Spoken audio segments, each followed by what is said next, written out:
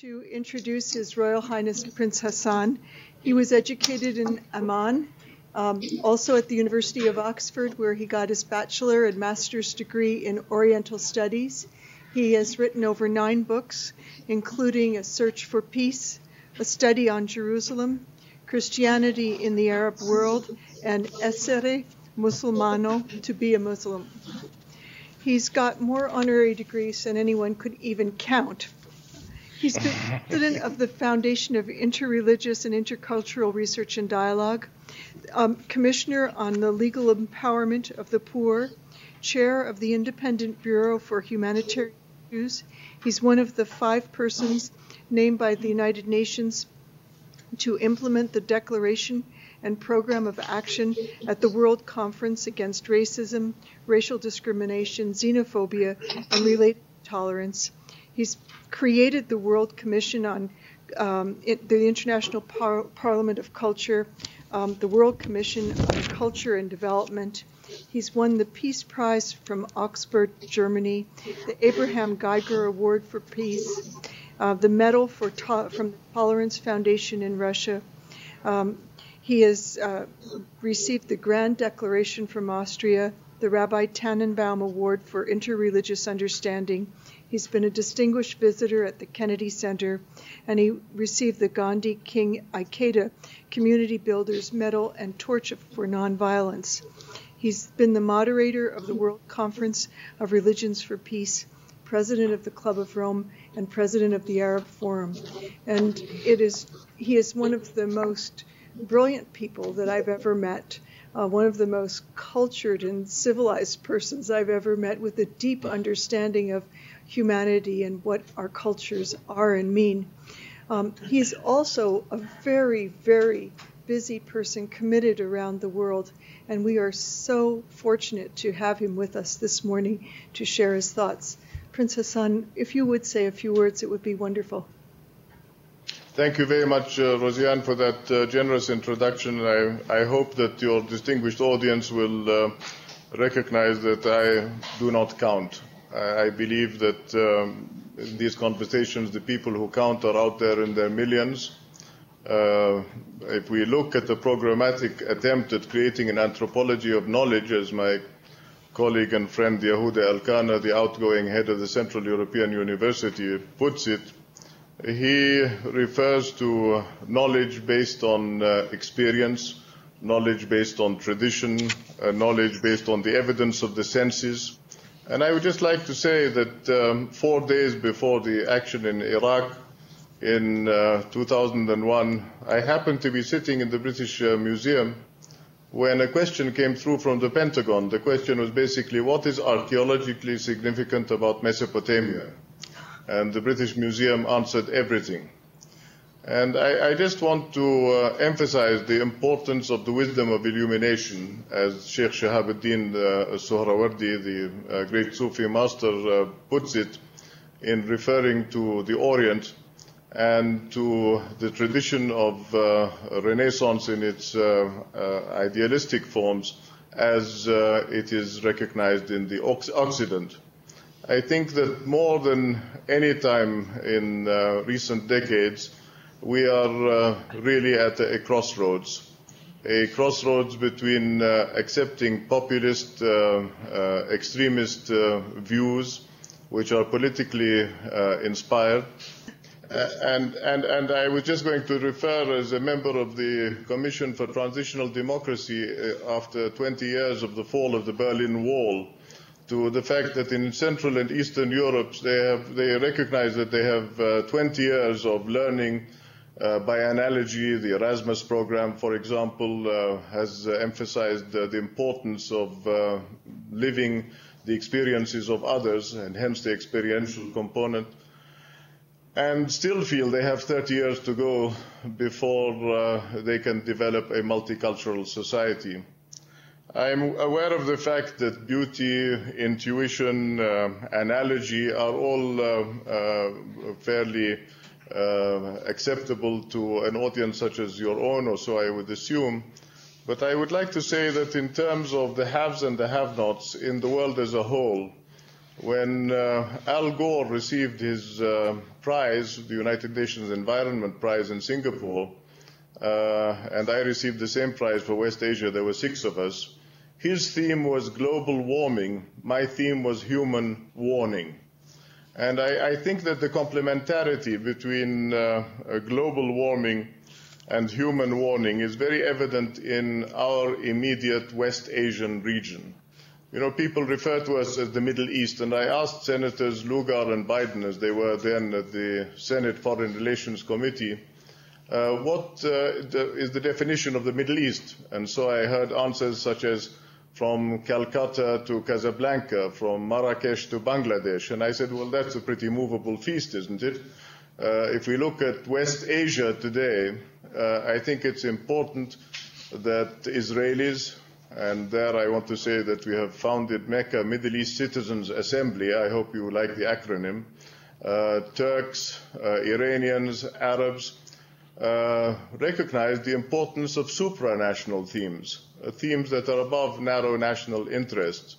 And as the European community started with a community of coal and steel, why can we not start in this region with looking at regional commons?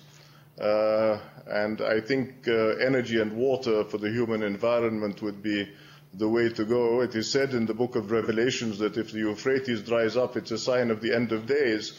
And I said to the president of Turkey the other day that you have dried up the Euphrates. You have channeled it eastward towards eastern Anatolia and your constituents there. But I think the time has come to recognize that this region is not institutionally represented. We do not have an economic and social council. Moreover, more relevant to our conversation today, I assume, the Helsinki process starts with security, then economy, and then finishes with culture. And by that, I understand also international humanitarian law. So we have to look at the impact of religion on culture and culture on religion to recognize that when we speak of Islam, we're speaking of a heterogeneous world. There are more Muslims in Germany today than there are in the whole Gulf region. There are more Christian Arabs today outside this region, and this morning I received representatives of the Syrian church in Aleppo who are grieving the demise of the spirit of monasteries, churches which have witnessed the exodus in tens of thousands of Christian Arabs. So we are not a stereotype. I hope you won't understand this as a stereotype. The other day I was sitting next to an American couple in a restaurant in London, and one of them leaned over and said to me, "You're an Arab Muslim, aren't you?" And I said, "Yes." He said, "Are you going to blow us up?" I said, "Well, no, this evening is my off day, but if you come back tomorrow, I might oblige you." So if you will forgive the macabre humor, or maybe it's not humor, actually, we really have been painted into a corner. And it's largely because of our own inability to develop the noble art of conversation and the noble art of listening.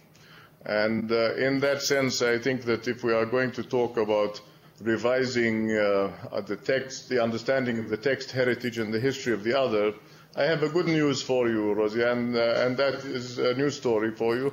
And that is that in Geneva, at the Foundation for Interreligious and Intercultural Dialogue, we graduated the first batch of postdoctoral students. I have had the privilege of knowing Cardinal Ratzinger, as he was then, since 1993. And after many discussions of the works of the faithful, the Catechism, for example, we came to the conclusion that morals, values, and ethics are particular to every family of believers, and in certain terms also to families of non-believers. But the main thing is that when you come to the table, what is your position, as Baroness Helena Kennedy in her book Just Law has defined so clearly, on civil liberties, on the sanctity of human life, on issues such as alleviating poverty rather than this awful rubric of the war on poverty, which reminds us of the war on terror.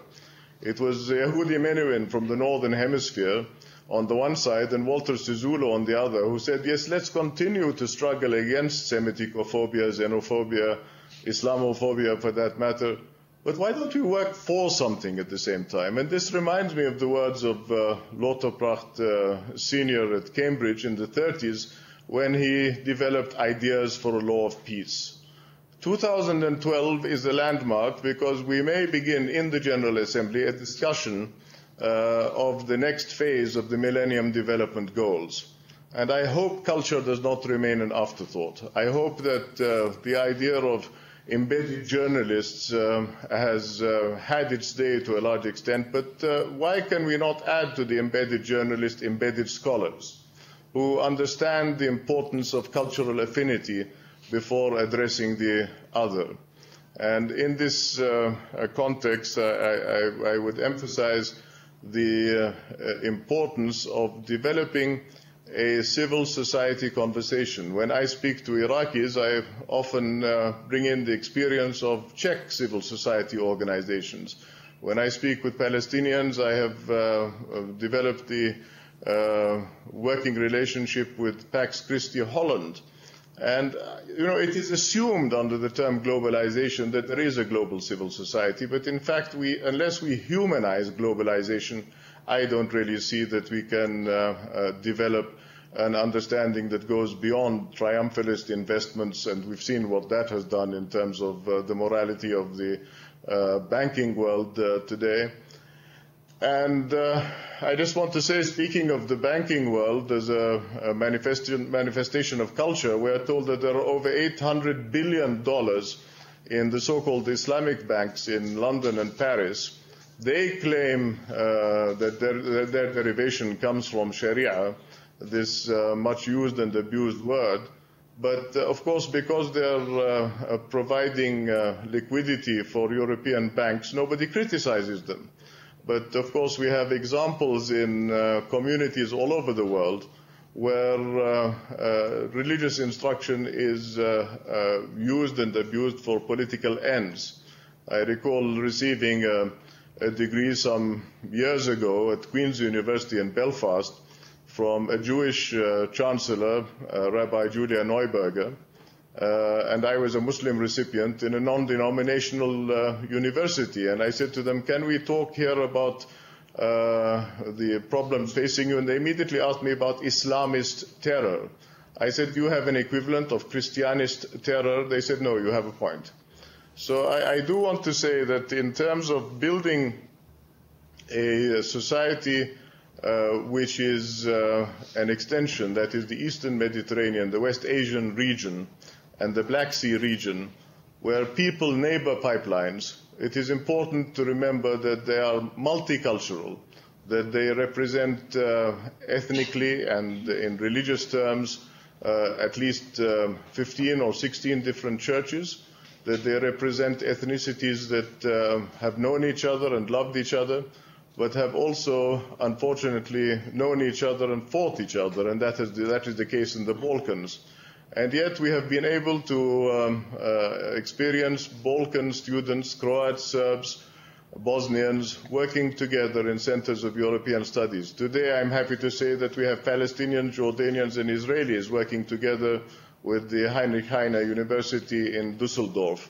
And I hope that a moment will come where we can put ourselves in the mind of the other. The wonderful English expression that says, I believe in a meeting of minds.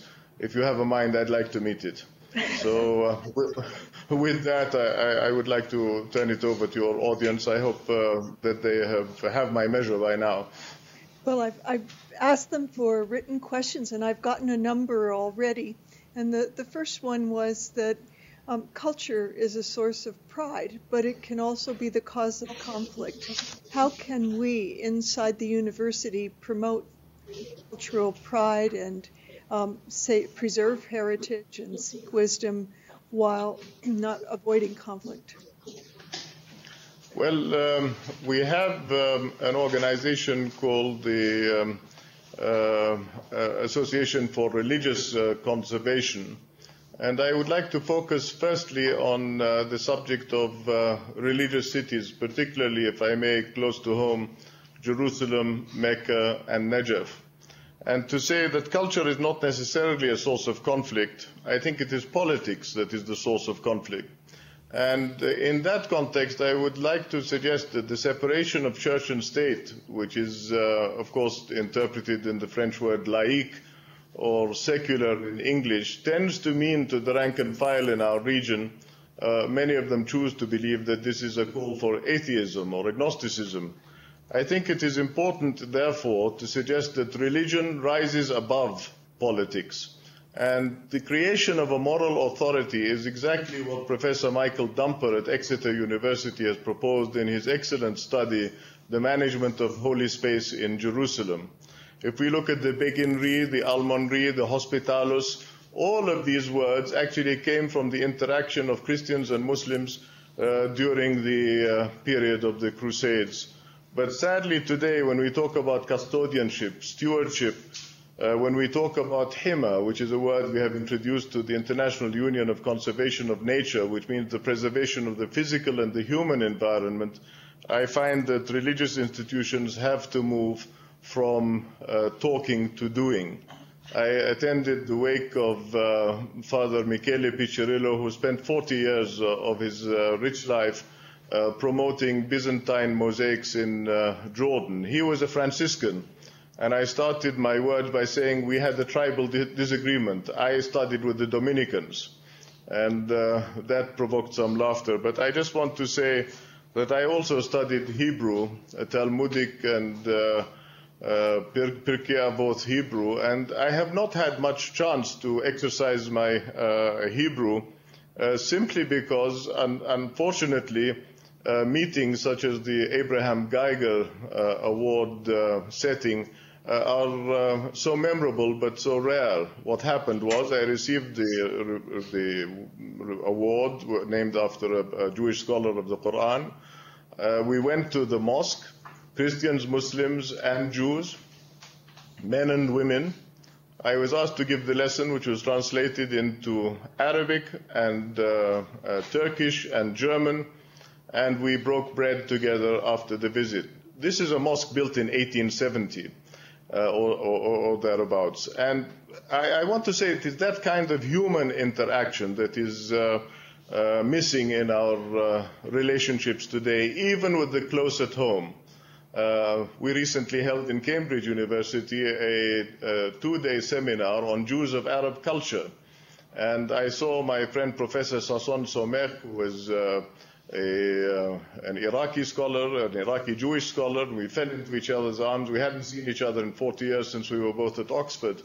And for 2 days we were treated to poetry, to music, to aesthetic and spiritual uplift. And I want to say that if that is not a manifestation of culture for peace, I really don't know what is. Okay. Thank you. Today in the world, we seem to live by rules of exclusion. We've all read in the newspaper here that in Switzerland they don't want to have any more mosques, and we know that England doesn't want to let citizens from Israel come in. What do you say? In order to create dialogue, we need to be inclusive. How do we fight this desire? Well, not fight is a bad word. How do we get rid of the desire to close the doors and make the doors be open to everyone? Well, unfortunately, we live in a world where security services, particularly since 9/11, where I remind you and your audience, Rosiane, where 200 or so Muslims were killed. I want to mention that in a debate on Intelligence Squared on the BBC only 2 days ago, Indians and Pakistanis participated in the debate, as did the leading British soldier and the commander of British forces in Afghanistan at one time. And the point was made that in that aeroplane that was fortunately intercepted with that Nigerian carrying a noxious substance on his person, neither in that instance nor in any of the instances, including 9/11, have we seen the direct involvement of numerous nationalities all over the Muslim world. So I think the battle is not one against Islam. And as far as the Swiss are concerned, if they had licensed those mosques in the first place, allowing minarets, why could they then not have said that in the next phase of licensing, we would like you to do without the minaret? And this has happened, for example, in the Ismaili Center in London, where they have a beautiful dome. They weren't allowed the minaret because they didn't want to break the skyline with the Victoria and Albert Museum and the beautiful buildings around it. And this was acceptable. In the case of masks, niqab and hijab in France, when President Sarkozy was Minister of Home Affairs, I suggested if you would want people to go into public spaces with their faces uncovered, then why don't you consider the hoodies, not only the hijab and the niqab? And on that basis, say it is law that people uncover their faces and take it from there. As far as Israelis not being allowed into London, I mean, the problem is also the same for Hamas. After all, Hamas was elected, we are told, by President Carter freely, and the next day they got slapped onto the terrorist list. So as he said with some chagrin, it's very easy to get onto the terrorist list and very difficult to get off it. But I want to say that unemployment in many parts of the world, including in Europe, has increased the standing of the new right. And this right actually, these rightist parties seem to have the same tendency to desecrate the tombs of French West African soldiers who fought in the World War. In fact, the largest number of participants alongside the Allies in both wars came from the former colonies. Nobody objected to them as Muslims in that period of time. So I think that developing a consciousness built on a memory that we share and on which we interact with is hugely important to understanding the future. We cannot simply start on the basis of news cuttings. I like the idea of shared memory. That's beautiful. How do you balance individual and group rights?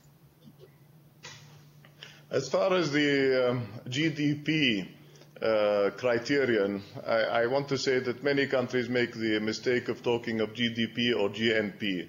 But what use is that if you don't consider the per capita GDP? And I would refer you to the Foresight Group study that has just been published. Dr. Vaslekar from India, Lord Alderdice of Knock with long experience in the struggle in Northern Ireland, and others have come together to remind us of the facts. $12 trillion were the cost of conflict, as the study carries this title, the cost of conflict since Madrid and Oslo to the citizens of the Fertile Crescent, which I tend to call the Futile Crescent, which includes not only Arabs but Israelis, Turks and Iranians, is appalling when you consider we could have doubled our income. In the case of Iraq, they could have quadrupled their income. I think it is once again the futility of war, the futility of totalitarian regimes that has brought us to the brink of war so many times in our shared history. According to a study by Professor Sharif Basyouni at DePaul University in Chicago, he was involved with the war crimes in the former Yugoslavia.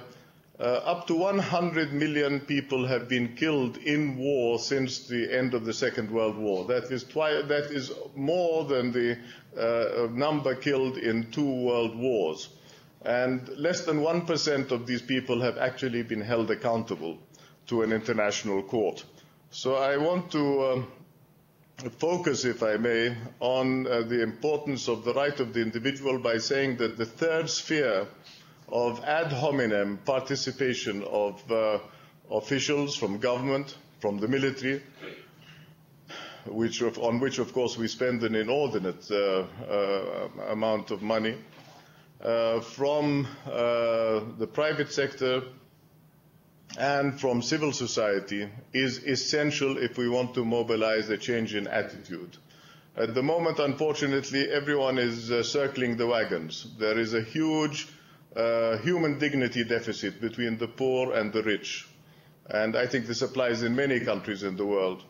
And unless and until our West Asian region, if I can speak for my own region again, lives up to the achievements of Southeast Asia, where they have a social charter. I know it's notional, it's not categorical, it's not laid down in law, but at least it's a step in the right direction.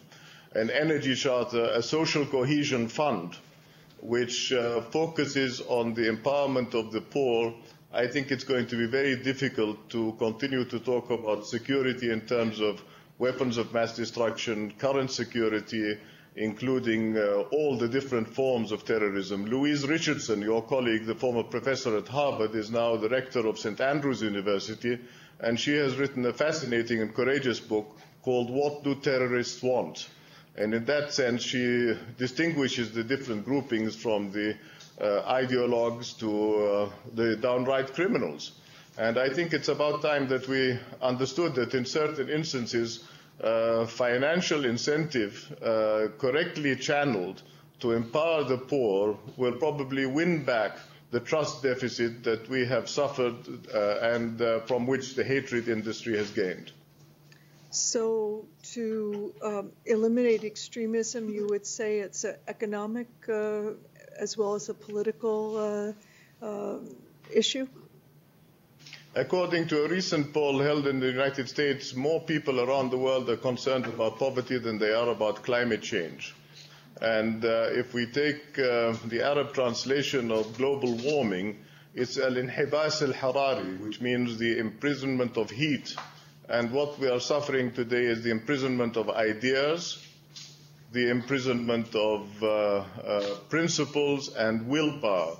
And I think that is largely because the 9/11 has turned our world into a security mode. We are paranoid about the different incidents of violence all over the world, and at the same time, we are not developing a collegial approach to, for example, Copenhagen. We did not attend as a region. We were invited at the last moment, including the Israelis, to participate, to be seen on camera. But in reality, with the absence of an economic and social council, I would have hoped that President Obama, the new Nobel laureate, would have, on that occasion, said, I don't want to speak as a politician, I want to speak as a visionary and a statesman, in the context of saying that it's about time that every region addressed the supranational themes so that global commons can meet regional commons. We need a partnership in cultural policies that identify priorities, and among them at the top of the list, I think, is education. Do you think there's a special role that we can play as universities? Well, I'm glad that you came to that, because I just want to say to you that in the context of working together as universities, I have around me, incidentally you can't see them on screen, but a group of university representatives from Jordanian universities, so that they understand what I go through in a conversation like this and hold me to account afterwards. But I think that the following agenda might interest you. First of all, the survey of sources for any chosen time period. Literature, fiction and non-fiction, mass communication, textbooks. I mean, even in a country like Pakistan, there are new young authors appearing who I think have great respect in the West. In India, of course, their traditions are well established. The survey should include religious works, scholarly studies, performing arts, visual arts, ethnographic materials, and others. I would love to see Aramaic and Syriac cantors standing alongside Gregorian cantors to celebrate our creation and to celebrate our Creator. As for methods of creating a database and analyzing it, I don't know, with the exception of York University in Canada, of any other university, possibly Osnabrück University in Germany, that studies the reasons for outmigration. And you'll remember in 1995, possibly, Rosianna, I mentioned that $35 billion to be invested in encouraging the will to stay for the nationals of 24 countries, from Morocco to Turkey inclusive, would have prevented those dead bodies being washed on the shores of Europe. Unfortunately, 9/11, a few months later, produced exactly that magical number, $35 billion, to create a fortress mentality. So I think that if we are going to talk about the future of academia and applied academia, I would refer to Mark Coppin's excellent book, To Make the Earth Whole, The Art of Citizen Diplomacy in an Age of Religious Militancy. And I think it is citizen diplomacy that has to be encouraged by the outreach of think tanks and university specializations, which I hope would be interdisciplinary. We are working with the Interdisciplinary Center in Herzliya in Israel. We're working with the Arab University in Jerusalem. And I hope that joint research, collaborative methodological workshops, and regional symposia can help us not only compile the data, but also analyze it. Mm-hmm. That's a really excellent answer. I have one question here about Turkey and its role as a leader in between the East and the West. Do you see a special role for Turkey? Well, what I see and what they see may be two different perspectives. I can't speak for them. And, of course, my mother was born in Turkey, so I can be a little bit... We have a moment, I can't hear you. You seem to be frozen. Celebrated as a European cultural city is an important step in the right direction. And in that sense, I have always thought that in terms of the Turkic belt, from Turkey all the way to China, with China interested, and indeed the whole APEC community, including possibly your own country, Canada, would be interested in linking infrastructure.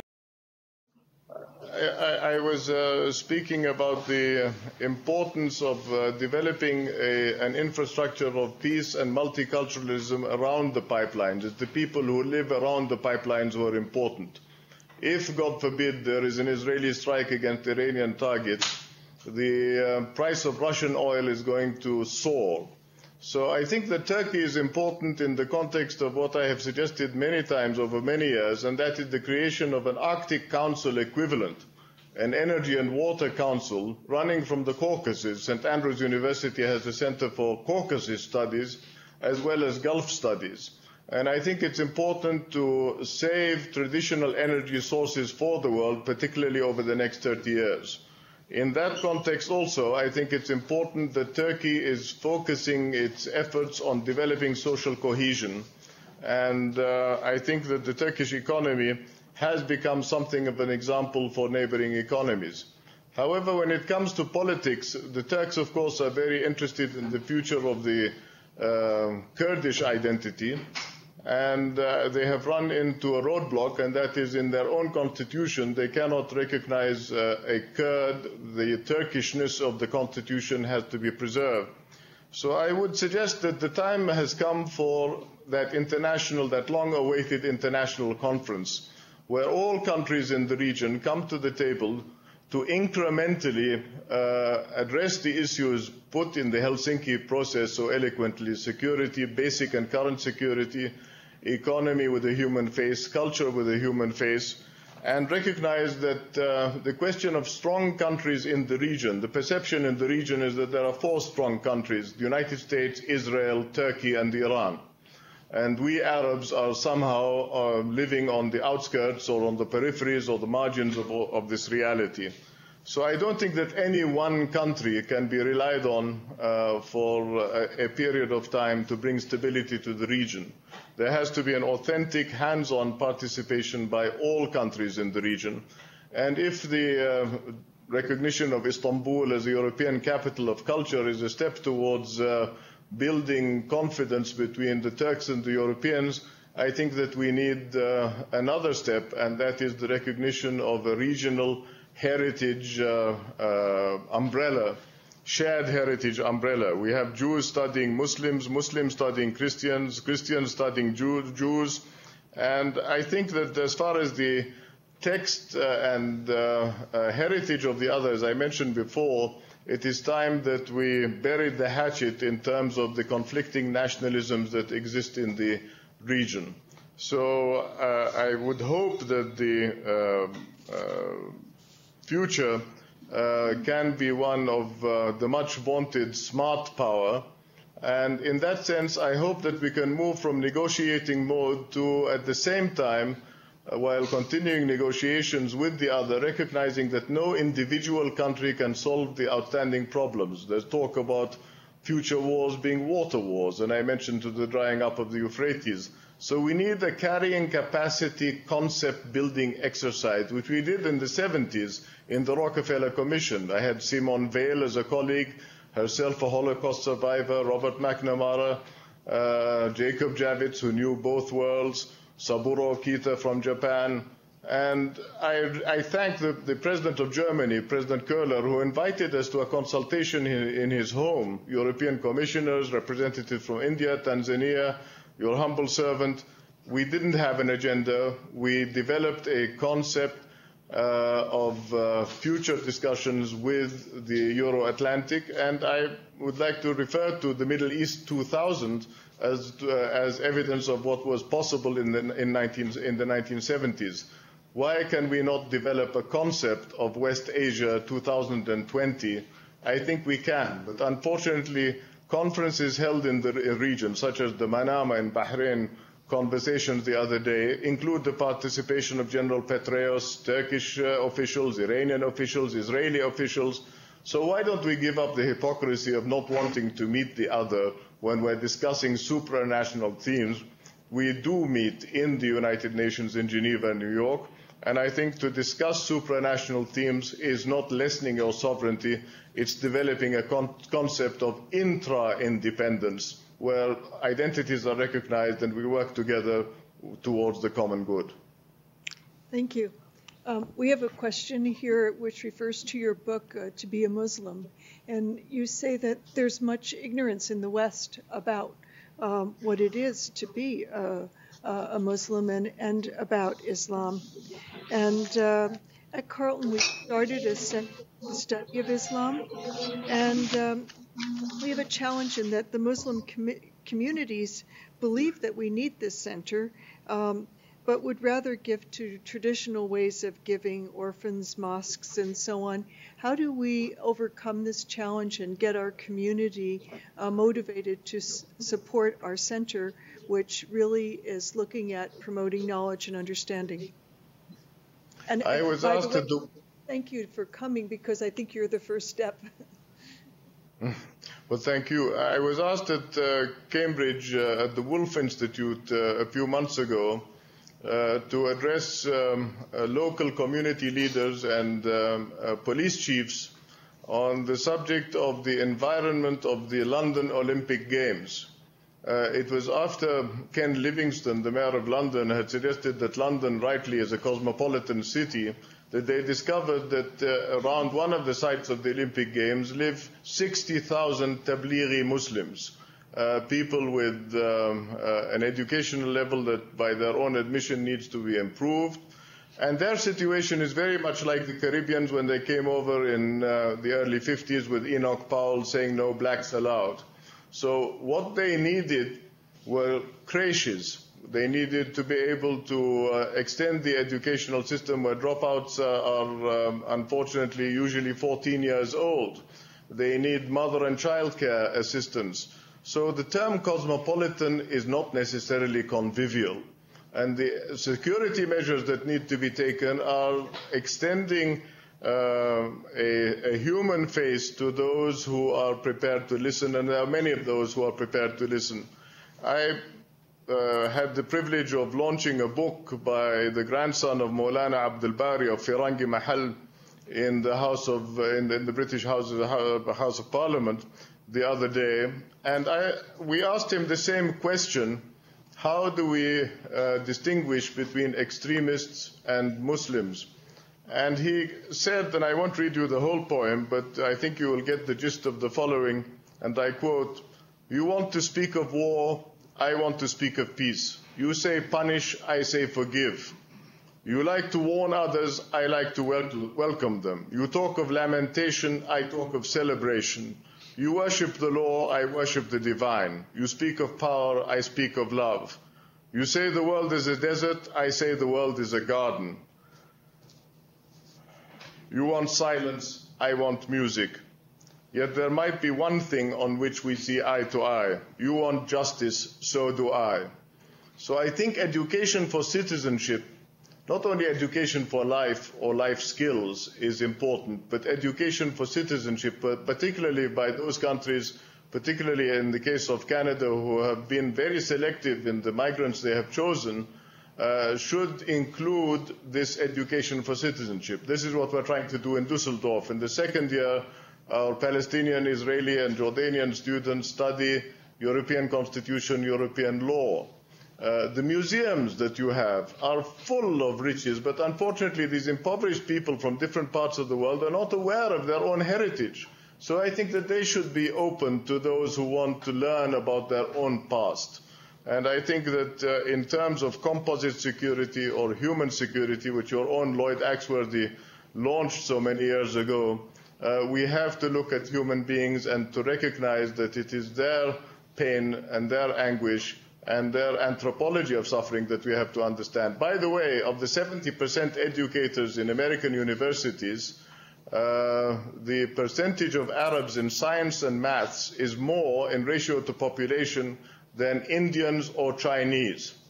So nobody can tell me that this was a haphazard selection. I am patron of the Fulbright program in this part of the world, and I would love to see a longitudinal study by one of your universities to focus on where these people go and why they do that. I know there's an invasion of privacy assumed in much of all of this, but I do think that the answer I was given at both the Wharton School and Fontainebleau by our graduates, I said to them, when will you return? They said, when you can guarantee us a merit-based society. And meritocracy, I think, is extremely important and should be part of the vision of partnership in society building and society reform, whether it is Euro-Atlantic, Asian, or West Asian. I used to think that in North America, our division between church and state was responsible for the lack of teaching ethics in our schools and universities. But I actually have changed that view because I think that we don't teach universal ethics almost anywhere. How can we make them part of our teaching and thinking? Well, I know that the golden rule is more notional than it is categorical, but if we look at the Baha'i says, blessed is he who prefereth his brother before himself. If I were to quiz your audience, answer me the following. Who authored the following statement? A state which is not pleasant or enjoyable for me would not be so for another. And how can I impose on another a state which is not enjoyable to me? The source is Buddhism. Do not do to others what you do not want them to do to you. Confucianism. Christianity says, all things whatsoever you would that others do, you even so to them. Judaism, you shall love your neighbor as yourself. Islam, no one of you is a believer until he desires for his brother that which he desires for himself, and so on. So I think that in revisiting the Declaration of Human Rights, it is important to bear in mind that Henri Dunant built an initiative on the basis of making war more humane. Today, we do not only need to talk about making war more humane and war criminals accountable, but also in terms of ethics to focus on working towards the template for an international law of peace. And in that sense, I would like to say that I am a Berliner of the Isaiah kind, because Isaiah Berlin believed in the power of ideas. Yeah, we're just starting a new decade. And sometimes at the new year, we all make wishes. What would be your wishes for the new decade? And then would you possibly have an idea of a kind of an agenda for what you might do to help the world achieve those things? I think that any value system is judged by how it handles diversity in an age when diversity itself is becoming a catchword or a concept. And when any moral system is judged by how it views and handles diversity. In that sense, I would like to say that you referred to the excellent work of the HCHR, which Mary Robinson headed at the time of the Tehran conference before Johannesburg. And I would like to say what I said to her, that if only one culture or tradition dictates the terms of reference vis-à-vis such an agenda, formulation of a value system according to that one culture will lead to the exclusion of others, to injustice and marginalization, to conflict, and further to wars. The UNESCO recognized last year or the year before that 6,000 languages have died. So I think it is important in our wishes for the new decade to recognize that the time for promoting the noble art of conversation, not as a martial art, not as a diktat, but as an interaction, a partnership in a cultural policy from the Occident and the Orient, learning from the wisdom of illumination from Asian cultures is essential to enriching our common world. Thank you so much, Prince Hassan. You have illuminated our decade in our day, and I think that your example inspires us all. We're really grateful to you for your words of wisdom and for your encouragement. I think we can all leave this meeting and say that we are rededicated to dialogue and understanding and to sharing what is best and most valuable about our cultures. Thank you very much, Rosianne. What I shall do is also send the bibliography of the many references I haven't mentioned, which might be of some interest, and if we can develop a consultation or a seminar at any stage, here or there, or in between, I'd be only delighted to recognize that you serve the community and I am at your service. Well, we would love to have our students meet your students from the University of Jordan. We have some students from Jordan here at the university. It would be nice to have them begin working on some of the things that be included in that course, the synopsis of what people should know in the world. And well, I have two university presidents here with me who are hearing you, and I have university faculty with me. I also have students with me, and I'm sure that we'll take this message into consideration and look forward to hearing from you. That would be wonderful. I'll look forward to hearing from you and maybe welcoming you all here. I would love to do that. Thank you very much for your kindness. Thank you. Nice to see you again and to talk to you. Thank you. Thank you. Good luck to you. Thank you very much to you too.